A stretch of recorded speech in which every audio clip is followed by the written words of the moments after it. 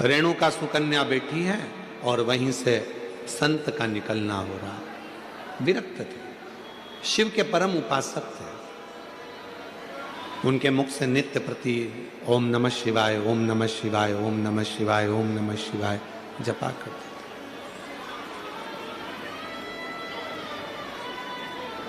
आज संत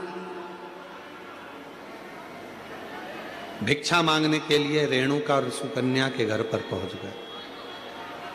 आवाज लगाई, माता भिक्षाम दे, माता भिक्षाम दे, भूख लगी है, थोड़ा अन्न का भाग दीजिए। रेणुका सुकन्या बाबा की आवाज सुनकर बाहर गई। दरवाजा खुला, आसन दिया, बिछाया, बिठाया, जल पिलाया, अंदर से भोजन ला कर दिया।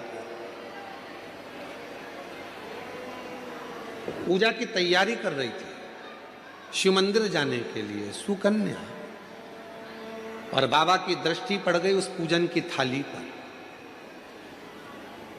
और जैसे ही संत की दृष्टि पूजन की थाली पर पड़ी तो संत ने बात बात में पूछ लिया, ये पूजन में सारा साहित्य रखा हुआ है पर गंगा का जल नहीं है, तो तुम्हारी पूजन शिव स्वीकार नहीं करेंगे।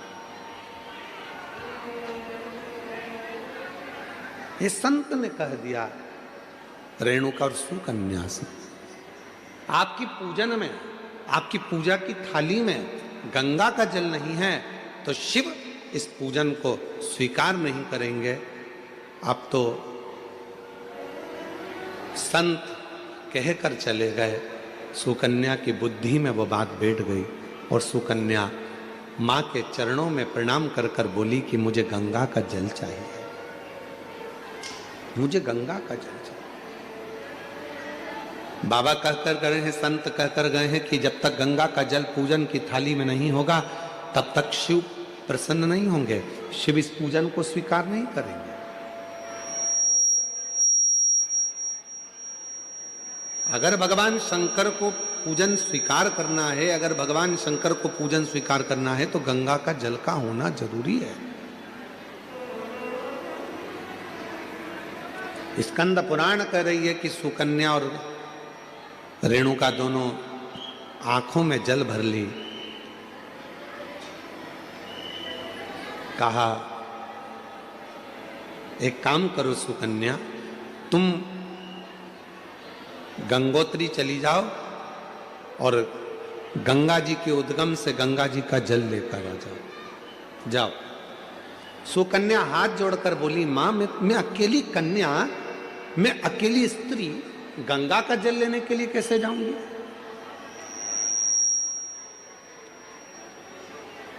शिव की पूजन सुकन्या ने भी बंद कर दी, रेणुका ने भी बंद कर दी। दोनों शंकर के मंदिर नहीं जा रही हैं क्योंकि संत कहकर गए हैं कि गंगा का जल होना जरूरी है। अब गंगा का जल ही नहीं है तो शंकर मंदिर जाके करूंगी क्या? अब गंगा का जल ही नहीं है तो शिव जी के शिवालय में जाकर करूंगी क्या? ना सुकन्या मंदिर जा रही है, ना रेणुका मंदिर जा रही है।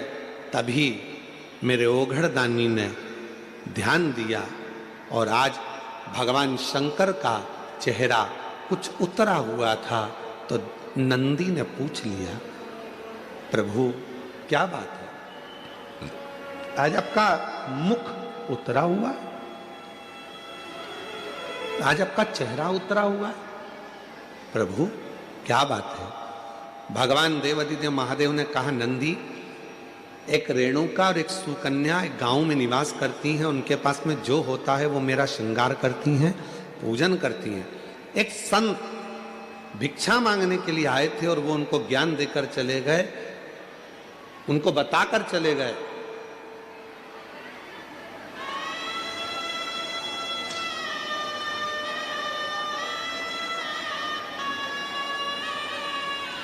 कि गंगा के जल के बिना शिव पूजन को स्वीकार नहीं करते। ना मां मंदिर जा रही है, ना बेटी मंदिर जा रही है, दोनों विचार में लगे हैं कि गंगा का जल कहां से लेकर आए, गंगा का जल कैसे लेकर आए, दोनों विचार।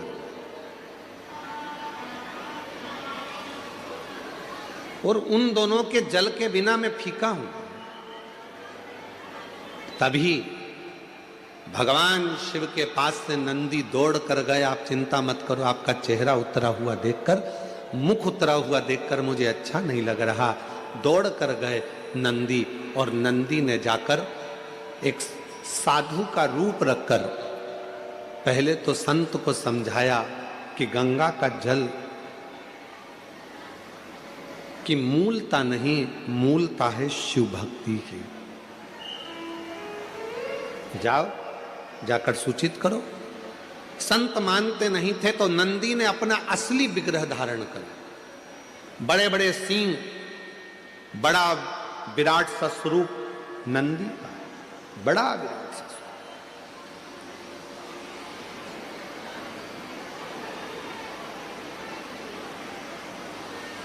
और इतना विराट स्वरूप नंदी का था, इतना विराट स्वरूप नंदी का था।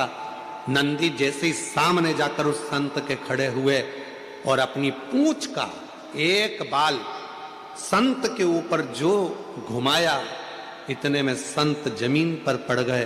हाथ जोड़कर बोले, मुझसे क्या गलती हो गई? तो नंदी ने कहा, गलती केवल एक हुई है कि वो पूजन करने वाली जिस भाव से पूजन करती थी, जैसी मंदिर जाती थी, जो जिस भाव से पूजता था, उसकी पूजन तुमने बंद करा दी, केवल एक गंगा के जल के लिए, कि पूजन में गंगा का जल होना जरूरी है। जाओ।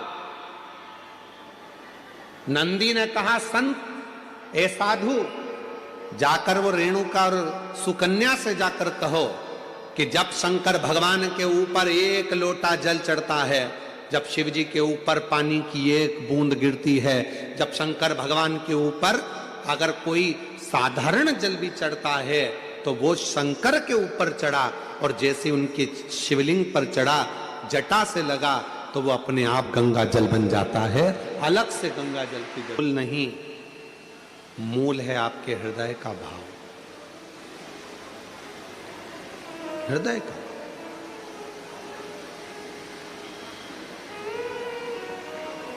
इस कथा में कई लोग गाड़ी भर भर कर पानी की बोतल लाकर बांटे, कई लोग श्रीखंड की हजारों हजार डब्बे लाकर बांटे, कोई खिचड़ी लाकर बांटा, कोई भोजन के पैकेट बनवा बनवा के हजार हजार 5-5 हजार लाकर लोगों को बांटे।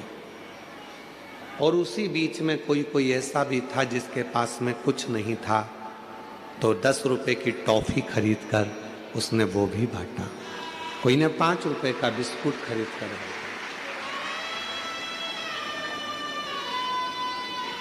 तो क्या उसका बांटना स्वीकार नहीं होगा?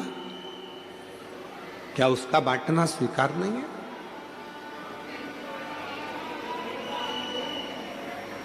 एक सेठ जी हमेशा कहता था, भगवान मुझे देगा तो मैं भंडारे करूंगा, भगवान मुझे धन देगा तो मैं भंडारे करूंगा, खूब भोजन कराऊंगा, खूब भंडारे करूंगा, खूब भंडारे करूंगा, खूब भोजन कराऊंगा।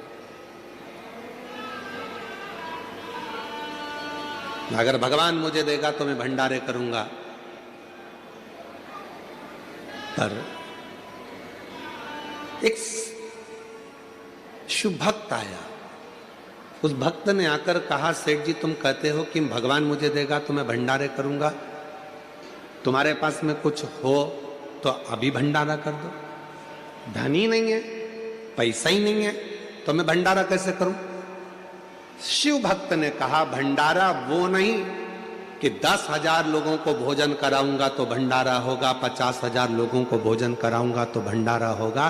भंडारा उसको भी कहा जाता है कि किसी प्यासे एक व्यक्ति को भी अगर पानी पिला दिया, किसी एक भूखे को भोजन करा दिया, तो वो भी भंडारा, वो भी भंडारा। मेरी जीजियों, मेरे जीजाओं, मेरी बेटियों, बेटाओं, मेरे बुजुर्ग माँ बाप, याद रखना, अगर भगवान ने तुम्हारे पास में धन नहीं है, तुम्हारे पास में संपदा नहीं है, पहले का गांव में रहने वाला एक एक व्यक्ति, उसके घर में भले झोपड़ा था, फटे हुए कपड़े थे, कुछ भी नहीं था उसके पास, फिर भी वो रोज भंडारा करता था। तुम्हारे गांव में भी तुम जाकर देखना, अपने अपने गांव में पहुंचकर देखना कि पहले का गरीब व्यक्ति, उसका कपड़ा फटा हुआ है, खेत में काम कर रहा है, मेहनत कर रहा है, कुछ भी नहीं है, उसके पास खाने का भी नहीं है, तो भी वो भंडारा करता था। कैसा भंडारा करता था?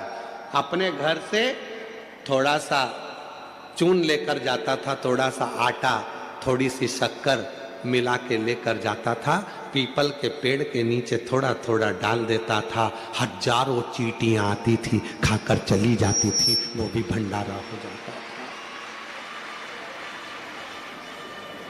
हजारों चींटियां एक साथ एकत्रित होकर, हजारों चींटी। और मेरा विश्वास कहता है कि मेरी मुंबई की भी कई बहनें, मेरी मुंबई की भी कई मेरे जीजा, कई मेरी बेटियां, कई बेटा, कई मेरे बुजुर्ग माँ बाप भी ऐसा भंडारा करते होंगे। कभी कभी घर में मिठाई अगर ज़्यादा हो जाती होगी, थोड़ी सी लेकर पेड़ के नीचे चले जाते होंगे, वहाँ डाल देते होंगे, जिससे छोटी छोटी चींटियाँ आकर, चींटे आकर, जीव आकर इसको खा ले। वो भी तो भंडारा है, भंडारा उसको भी तो कहते।